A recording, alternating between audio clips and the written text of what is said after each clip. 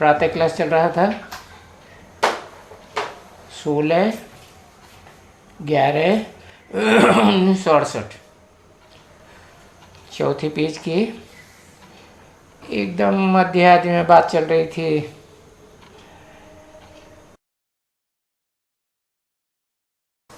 तो समझू बच्चे हैं वो तो बहुत थोड़े हैं, बाकी तो बहुत हैं जो कहते हैं सर्वव्यापी है, कुत्ते में है, बिल्ली में, ठिक्कर बित्तर। लेकिन बहुत बच्चे ऐसे भी हैं जो शुरुआत में ही जान जाते हैं कि भगवान फादर है, परम पिता है। दुनिया में जन्म जन्मांतर पिताएं तो बहुत हुए हैं, लेकिन जो भी पिताएं हुए हैं जन्मों में, उनके धर्म पिताएं भी हुए ना। और उन धर्म पिताओं का भी पिता एडम आदिनाथ कहा जाता है ना, अलग अलग संप्रदायों में। और उसका भी बाप परम पिता माने जिसका कोई पिता न हो, ऊंचे से ऊंचा पिता। भारत में कहते हैं ऊंचे से ऊंचा भगवंत, परम पिता परमात्मा भी कहते हैं। तो जबकि उनको परम पिता कहते हैं तो निराकार समझ करके कहते हैं। जब उनको पिता कहते हैं तो बच्चे जरूर जानते हैं कि पिता है तो बच्चे जरूर होंगे। नाम ही पड़ जाता है पिता। पिता माने बीज। पिता का काम क्या होता है? बीज बोता है तब तो पैदाइश होती है। धरणी में बीज बोया जाता है। तो पिता माने फिर बच्चे भी चाहिए। तो जानते हो कि हाँ, वो भी तो आत्मा है, लेकिन परमात्मा है। आत्माओं के बीच में परम पार्टधारी है। और जो उसके बच्चे हैं वो भी आत्मा है। ये ब्रह्मा भी है। और ये जो भी है वो सपूत बच्चे हैं। हाँ, कोई अच्छे बच्चे हैं, उनकी बुद्धि में ये बात आती होगी कि वो पिताओं के बीच में, दुनिया में जो भी पिताएं होते हैं उनके बीच में परम पिता है।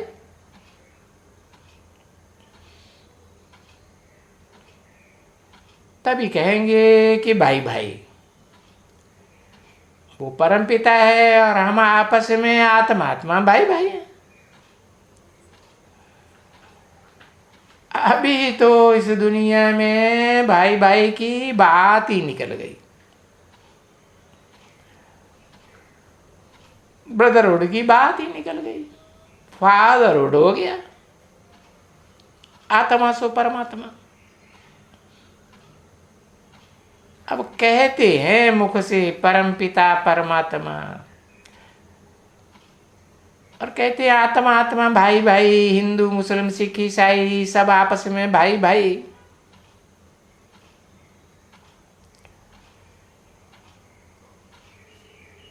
ऐसे मत समझो कि वो भाई भाई समझते हैं। नहीं, सिर्फ मुख से कहते हैं कि हिंदू मुस्लिम सिख ईसाई सब आपस में भाई भाई। अरे जब आते हैं कोई भी विलायत से, ये भाई ये क्रिश्चियन आए, ये मुसलमान आए, ये अरबियन आए, ये फलाने आए, तो बस सब कहेंगे अरब देश से आए। अब अरब नाम ही है अरब। वो कहते हैं ना, फिर कब आदमी याद करो रब को, तो रब कौन हुआ? भगवान हुआ ना। अब वो तो है अरब, अब माने नहीं रब, उनका कोई रब है ही नहीं। है तो क्या कहते? निराकार है। अरे निराकार तो आत्मा भी पहचानोगे कैसे? माने उनका कोई रब है ही नहीं साकार में। अरब अरब अरब। और फिर कहते हिंदू भाई भाई, क्रिश्चियन हिंदू भाई भाई, मुस्लिम हिंदू भाई भाई। अरे भाई भाई है तो हिस्ट्री में मुसलमानों ने इतना अत्याचार भारत में क्यों किया? इतनी हिंसा क्यों दिखाई दुनिया में? अर्थ कुछ भी नहीं समझते। भाई भाई होंगे तो ये हत्याएं करेंगी सब भाइयों की। देखो इतनी दुर्गति हुई है, जो कहते तो हैं मुख से, लेकिन बुद्धि की जो दुर्गति ऐसी हुई है कि उसका अर्थ नहीं समझ सकते। नहीं तो भाई भाई तो हैं, ये राइट बात है, परंतु तो भाई भाई तो जरूर बाप भी एक होना चाहिए। सो नहीं, मुसलमान कहेंगे हमारा मोहम्मद बाप धर्म पिता, इस्लामी कहेंगे अरबियन से कि हमारा तो इब्राहिम पिता, क्रिश्चियन कहेंगे क्राइस्ट पिता। तो जब पिताएं अलग अलग हैं तो भाई भाई हुए आपस में कैसे हुए हैं? अरे बाप कह करके मिट्टी में मिलाई दिया, ठीक कर भीतर में डाल दिया। तो देखो अभी बच्चों का क्या हाल हुआ है? कौन से बच्चों का? जो आत्मा रूपी बच्चे हैं, जिनमें मन बुद्धि की पावर है ना, है, उन बच्चों का क्या हाल हुआ? मन बुद्धि कैसी हो गई? तमो प्रधान पत्थर बुद्धि। तो कहेंगे बच्चे भी वैसे पत्थर बुद्धि हो गए। जब बाप ठीक कर भीतर में है तो बच्चे भी ठीक कर भीतर में, ऐसे ही कहेंगे ना। अब ठीक कर बाबा कहते हैं, है कैसा बाबा? ठीक कर होता है, ठोकर लगी तो नीचे गिर पड़ा, है ना? ठीक कर बना, ठोकर लगी और बिखर गया। क्या मिट्टी का ढेला होता है ना? नहीं होता है। हाँ, उसको ठोकर लगाओ तो क्या होगा? बेघर जाएगा। तो देखो ठिक्कर बाबा नाम दे दिया। कोई हुआ होगा ठिक्कर बाबा, ब्रह्मा बाबा को याद आ गया। अब ब्रदर्स एंड सिस्टर्स से भी अगर तुम आत्मा समझो है, तो कोई शरीर तो नहीं है आत्मा को। आत्मा तो बिंदु निराकार। शरीर नहीं है आत्मा को, तो आत्मा भाई भाई हुई या भाई बहन हुई? भाई भाई हुई। तो फिर पूरा एकदम कहेंगे कि आत्मा अभिमानी है। अगर अपन को आत्मा समझे, आत्मा के स्वरूप को समझे कि आत्मा एक छोटी सी बिंदी है, अणुरूप है, सितारा मिसल है, तो कहेंगे आत्मा अभिमानी। अब जब देही अभिमानी माना ही आत्मा नहीं समझते हैं, क्या याद आता है? देह याद आती है। तो आत्मा अभिमानी के लिए तो बार बार बाप समझाते हैं कि अपन को ज्योति बिंदु आत्मा समझो। और बिंदी की तो लंबाई चौड़ाई कोई आकार प्रकार होता है क्या? लंबाई चौड़ाई मापी जा सकती है?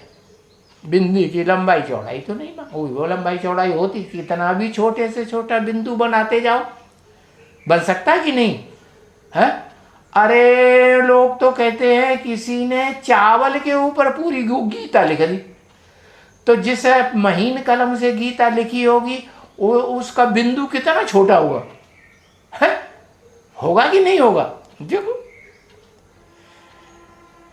तो बाप बार बार समझाते हैं आत्मा के लिए कि अभी कभी पुरुषोत्तम संगम युग में, माना जब कलयुग का अंत और सतयुग के आदि के संगम है, तो उस समय अपन को आत्माभिमानी बनाना है। क्यों बनाना है? इसलिए बनाना है कि आत्माओं का बाप अभी आया हुआ है क्या, और वो बताए रहे हैं कि बच्चे तुम जो अपन को देह समझ बैठे, क्या कोई से नाम पूछो तो काय का नाम बताएगा? देह का नाम बताएगा। मैं मास्टर हूँ, मैं डॉक्टर हूँ, मैं वकील हूँ, अरे मैं बुढ़ा हूँ, मैं जवान हूँ, मैं लड़का हूँ। अरे ये शरीर का नाम बताया कि आत्मा का बताया है? अगर आत्मा का नाम बताए तो क्या कहेंगे? उसका नाम क्या? आत्मा का कोई नाम नहीं, एक ही नाम आत्मा। आत्मा निराकार जब तक शरीर धारण न करे तब तक उसका नाम बदल ही नहीं सकता। तो अभी बाप समझाते हैं कि बाप आए हुए हैं, आत्माओं का बाप है, और आत्माओं का बाप देह के बंधन से छुड़ा के कहाँ ले जाएंगे? है मुक्ति धाम में ले जाएंगे। कैसा धाम? जहाँ देह के बंधनों से, देह के पदार्थों से, देह के संबंधियों से मुक्ति होती है या नहीं होती है? कि वहां भी बंधन होता है देह का? नहीं। तो जब तलक आत्माभिमानी नहीं बनेंगे, है, मुक्ति धाम में तो जा ही नहीं सकते। मुक्ति धाम माने आत्माओं का लोक है, वहां देह, पांच तत्व देह के है ही नहीं है, और नहीं जा सकते हैं। तो फिर अंजाम क्या होगा? कहते हम आत्मा नहीं बन पाते, हमें आत्मा याद ही नहीं आती बिंदी है न, अपनी बिंदी भ्रकुटी के मध्य में याद आती, न दूसरे को देखते हैं तो याद आत्मा आती है। उनकी आंखों में बुद्धि चली जाती है, रूप स्वरूप में बुद्धि चली जाती। अरे भाई, अगर तुम आत्मा नहीं समझ सकते हैं तो फिर सजाएं खाएंगे नहीं? हाँ, मार मार के देह में सोटे तुम्हारी देह का भान सारा उतार दिया जाएगा। सजा खाए खाए करके फिर जाना तो सभी को जरूर है। क्या इस सृष्टि रूपी रंगमंच पर ऐसी कोई देवात्मा नहीं बचेगी, कोई भी मनुष्य आत्मा ऋषि मुनि की नहीं बचेगी, या कोई भी असुर राक्षस की आत्मा भी नहीं बचेगी, कोई प्राणी मात्र की भी आत्मा नहीं बचेगी। सब क्या करेंगे? वापस जाएंगे नहीं, आत्मा के लोक में जाएंगे, लेकिन जो आत्मा समझ करके जाएंगे। तो आत्मा समझना, ये समझना करना मनुष्य का काम है कि राक्षसों का, जानवरों का काम है? मनुष्य का काम है।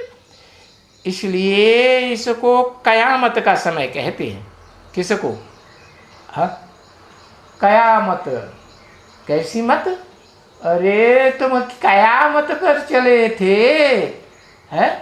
देहधारियों की मत पर चले थे कि निराकार भगवान इस सृष्टि पर आया हुआ है, और वो निराकार आप समान बनाता है, जिसमें आता है मुकर्रर रथ में तो उसको भी आप समान बनाता है। तो उसकी मत पर चले थे, या देह अभिमानी सांडों की मत पर चले थे, गुरु गोसाइयों की मत पर चल, किसकी मत पर चलते हैं? समय अभी कौन सा है? इस समय के ऊपर कंट्रोल किसका है?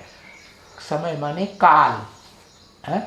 हाँ, तो काल कहते हैं ना काल खा जाएगा, अभी काल आया हुआ है, कालों का काल महाकाल आया हुआ है, अभी है कयामत का समय। पक्का पक्का समझ लो, क्या मत लेनी है? एक महाकाल की मत पर जो चले होंगे है वो जरूर मुक्ति धाम में आसानी से चले जाएंगे कि सजा खा के जाएंगे? आसानी से जाएंगे। तो सेग्रीगेशन रहे, हिसाब किताब चुकतू करो, ये भी समझते हो कि हिसाब किताब बरोबर सबको चुकतू जरूर होना है। क्या हिसाब किताब? अपने पूर्व जन्मों का अच्छे बुरे कर्मों का हिसाब किताब है ना, वो क्लियर करना पड़ेगा कि नहीं करना पड़ेगा? हाँ, करना पड़ेगा। उनको जो वहां मुक्ति धाम में जाएंगे उनको करना जरूर। महाकाल गुप्त हो गया, दिखाई नहीं पड़ता महाकाल। अरे जब तक महाकाल को नहीं पहचाना है तो यही कहेंगे कि गुप्त हो गया, हमें नहीं दिखाई पड़ता, है ना? हाँ, फिर तो मनमानी करते रहेंगे। क्या महाकाल की सेवा में आएंगे कि भ्रष्टाचारियों की सेवा करेंगे? किसकी सेवा करेंगे? भ्रष्टाचारियों की सेवा करते रहेंगे। हाँ? अब बाप तो कहते हैं कि मुक्ति धाम में वापस जाना है और फिर वहां से सुख धाम में आना है, तो शांति धाम में भी जाना है पहले पहले, तो सुख का भी है। और फिर जब तक हिसाब किताब चुकतू नहीं है तो देखो शांति मिलेगी नहीं, अशांति भी है, दुख भी है। तो ये सभी महीन बातें हैं और ये समझने की बड़ी महीन बातें हैं, टू मैनी बातें हैं। करना क्या है? अरे एक ही काम करना है? बता, हिंदी में भी क्या कहते हैं ना, एक है साधे सब सदय और सब साधे सब जाए। सब साधे सब जाए या बचा? सब जाए। इनकी भी लल्लो चप्पो करो, खुट्टे बर्दारी करो, इनकी भी मक्खनबाजी करो, उनकी भी मक्खनबाजी करो। अरे एक के पीछे ही लग जाओ ना, है? तो एक बाप को याद करना। क्या? एक शिव बाबा, दूसरा ना कोई, तो वो ही सुप्रीम टीचर है, वो ही सदगुरु है, और तो सब झूठे गुरु है। क्योंकि ऐसा सच्चा गुरु, सत्य गुरु दूसरा तो दुनिया में कोई होता ही नहीं। होता है इब्राहिम, बुद्ध, क्राइस्ट, ये जो बड़े बड़े गुरु हुए हैं, महान धर्म पिताएं कहे जाते हैं, ये हुए सत्य हुए कि झूठे हैं? सारे झूठे। एक निराकारी होता है? ऐसा निराकारी होता है जो सदाकाल निराकारी स्टेज में ही रहता है। इस सृष्टि रूपी रंगमंच पर भी आता है तो भी निराकारी स्टेज में रहता है। क्या कभी साकार देह के भान में आता है? क्या कभी नहीं आता है। और ऐसा साकारी कोई होता ही नहीं जो साकार देह भी धारण करे आत्मा और फिर निराकार भी बना रहे। क्या कभी भी देह भान में आवे ही नहीं? अरे क्यों नहीं आवे? इस मनुष्य सृष्टि का जो बाप है वो देवान में आता है कि निराकारी रहता है? हाँ, जब तक आत्मा संपूर्ण न बने, है निरंतर आत्मिक स्थिति में जब तक न टिके, तब तक साकारी याद में भी रहेगा, देह की स्मृति में भी रहेगा और आत्मा की स्मृति में भी रहेगा जरूर। तो जब निराकारी होता है तो जब निराकारी बन जाएगा सदा काल के लिए, तो साकार होता ही नहीं। देखो है, इनको भी कभी नहीं कहते हैं किनको है कि बाप भी है, टीचर भी है, गुरु भी है। सुप्रीम बाप है, सुप्रीम टीचर है और सच्चा गुरु है। कोई कहते हैं? कोई नहीं कहते, ऐसे गुरु कोई है ही नहीं। एक कोई कहा जाता है। अच्छा, जो सच्ची बातें हैं वो तो बाप ने सब सुनाई दी, अब और क्या सुनावे। बाप ऐसे ही कहते हैं ना, अरे बहुत क्या सुनाऊं है। गीता में भी ऐसे ही कहा है, बहुत सुनने से क्या फायदा, एक ही बात पक्की करो, मन मना भव मध्याजी भव है। मेरा जो दिल है जिसके ऊपर, उसमें उस दिल में तू भी समा जा। किसने बोला? किसने बोला? हाँ, शिव ने बोला, ऊपर वाले ने बोला, जो सबसे ऊपर। परम धाम में भी सबसे ऊपर रहता है कि बीच में रहता है कि नीचे रहता है? परम धाम में भी सबसे ऊपर।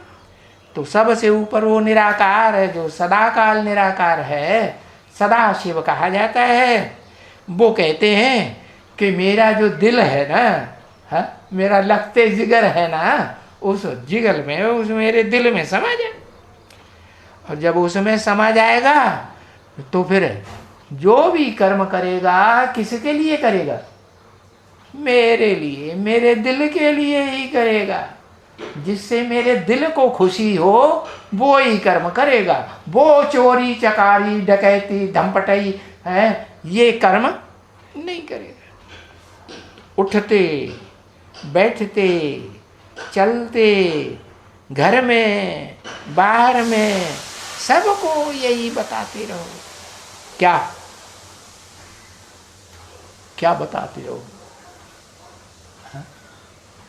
कि बेहद के बाप को याद करो। कौन सा बेहद का बाप है? उसका कोई नाम रूप है? हाँ, उसको ये नहीं कहेंगे शिव बाप को याद करो। शिव है सिर्फ बिंदु का नाम, निराकार का नाम। वो जब तक बिंदु है तो उसका नाम बदलता ही नहीं, और जब वो किसी साकार तन में प्रवेश करता है तो उसका नाम बदल जाता है।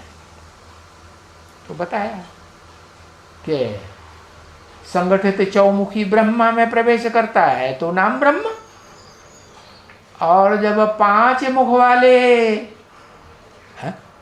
मुख होंगे तो शरीर भी तो 5 होंगे। हाँ, तो उन 5 को जो संगठित कर लेता है, क्या अपने संगठन में बांध लेता है, वो पंचमुखी ब्रह्मा जो है वो पंचमुखी ब्रह्मा भी कहा जाता है, पंचमुखी महादेव भी कहा जाता है। महादेव जिसको कहते हैं वो तो सबसे ऊंचा है इस षष्ठी रूपी रंगमंच पर पार्ट बजाने वाला है। तो उस बाप को याद करो। सबसे ऊंचा कैसे बन गया?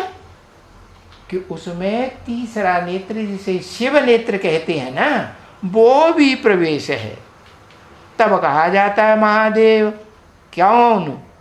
2 का शरीर नहीं है। हाँ, वो महादेव कहा ही तब जाता है देवताओं का बाप, सब देवताओं का बाप, 33 करोड़ देवताओं का बाप। जो 16 कला संपूर्ण बनते हैं उनका भी बाप। तो जब उनका सबका बाप बनता है तो एकदम निरंतर निराकारी आत्मिक स्टेज में स्थिर हो जाता है? तो 2 आत्माएं हुई उसमें कि एक आत्मा हुई?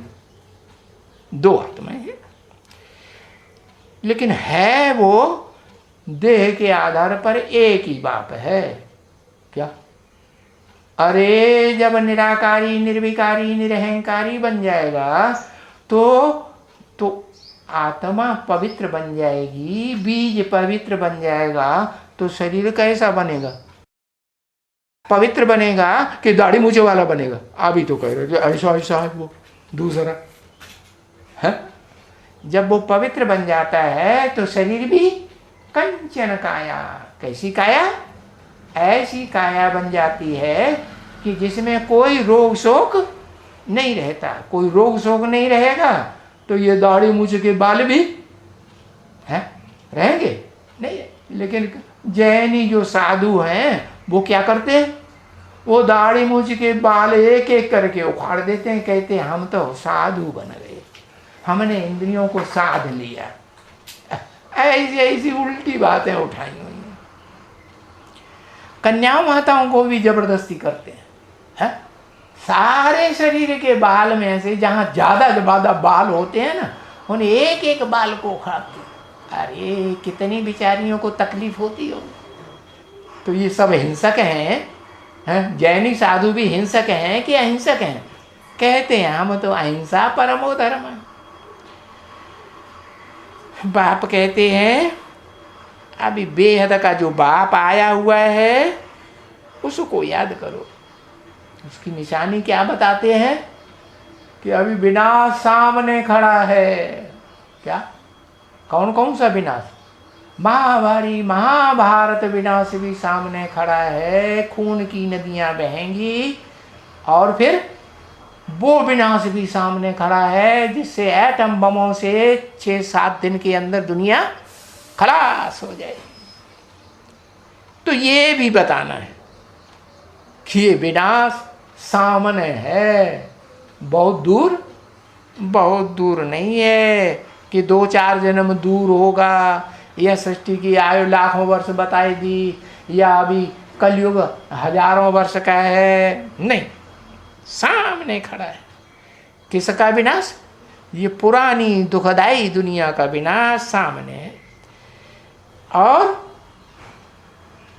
विनाश तो बाद में होगा, पहले नई दुनिया स्थापन हो जाती है।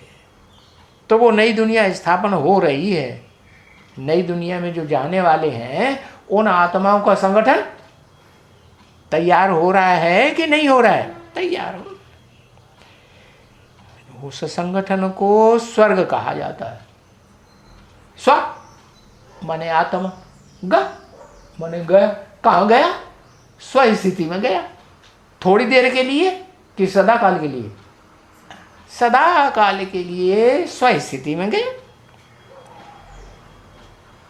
तो देखो अभी ऐसा स्वर्ग है जहां सदा काल के लिए, जन्म जन्मांतर के लिए, कम से कम 21 जन्मों के लिए है। स्वर्ग देता कौन है? ऊपर वाला देता है, कभी नीचे वाला। कभी ऊपर उंगली करेगा, कभी नीचे करेगा। हाँ, जो स्वर्ग देने वाला है वो तो जब तक 60 रूपी रंगमंच पर मौजूद न हो तो देगा कैसे?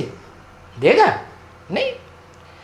तो सृष्टि जो स्वर्ग स्थापन करता है वो तो साकारी निराकारी का मेल होगा, या सिर्फ एक निराकारी या साकारी होगा?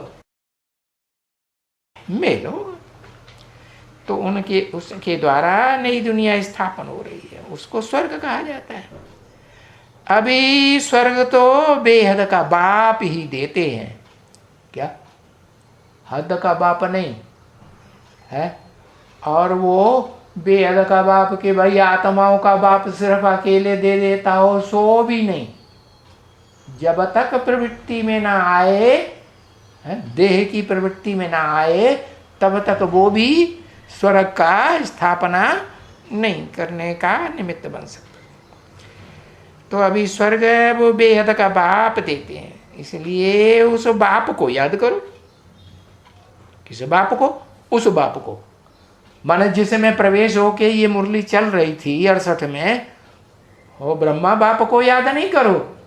किसको याद करो? उस बाप को याद करो जो भविष्य में प्रत्यक्ष होने वाला है। याद करो, बस एक ही बात, बाप को याद करो। पहचान के याद करो कि बिना पहचाने याद करो? पहचान के याद करो। तो रिजल्ट क्या होगा? पहचान के याद करेंगे और निरंतर याद करने की स्टेज तुम्हारी बनेगी। कम से कम बाप कहते 8 घंटा जरूर याद करो। 8 घंटे की याद में, निरंतर याद में पहुंचेंगे तो स्वर्ग तुम्हारा। या स्वस्थिति में लगातार रहने की स्टेज तुम्हारी पक्की हो जाएगी, उसे कहेंगे स्वर्ग। अच्छा, अब चलो बच्ची। कहाँ चलो? कोई बच्ची टोली लेके आती होगी तो बाबा को टोली फटाक फटक याद आ जाती है। बच्चों को क्या याद आता है? बच्चों को टोली याद आ जाती है। तो बच्चा बुद्धि है ना ब्रह्मा बाबा कि सालिम बुद्धि है? बच्चा बुद्धि। अच्छा चलो बच्चे। अच्छा, मीठे मीठे सिकिले रूहानी बच्चों प्रति किसने बोला? हाँ, जो ऊंचे ऊंचे आत्मा है जिसे कहते हैं परम पिता, सबका पिता, उसने बोला मीठे मीठे सिकिले रूहानी बच्चे, उनके प्रति, रूहानी बाप की और दादा की। रूहानी दादा क्यों नहीं कहा? क्योंकि दादा तो सबको समझते हैं ब्रह्मा बाबा को, वो तो सदा देहभान में ही रहता है कि आत्माभिमानी बनता है? जब तक पुरुषोत्तम संगम युग का लास्ट स्टेज ना आ जाए संपन्न बनने का, तब तक वो देहभान में ही रहता है ना, रहता है ना। हा? चाहे सूक्ष्म शरीर हो और चाहे स्थूल शरीर हो। तो इसलिए दादा के लिए नहीं कहा कि रूहानी दादा का। दादा का दिल तो होता है, दादा का दिल होता है कि नहीं? दिल तो होता है। दिल व जान सिख और प्रेम से याद प्यार गुड मॉर्निंग। फिर मीठे मीठे रूहानी बच्चों के प्रति रूहानी बाप की नमस्ते। ओम शांति। अच्छा, पांचों ब्रह्माओं का शरीर नहीं होता है ना बाबा?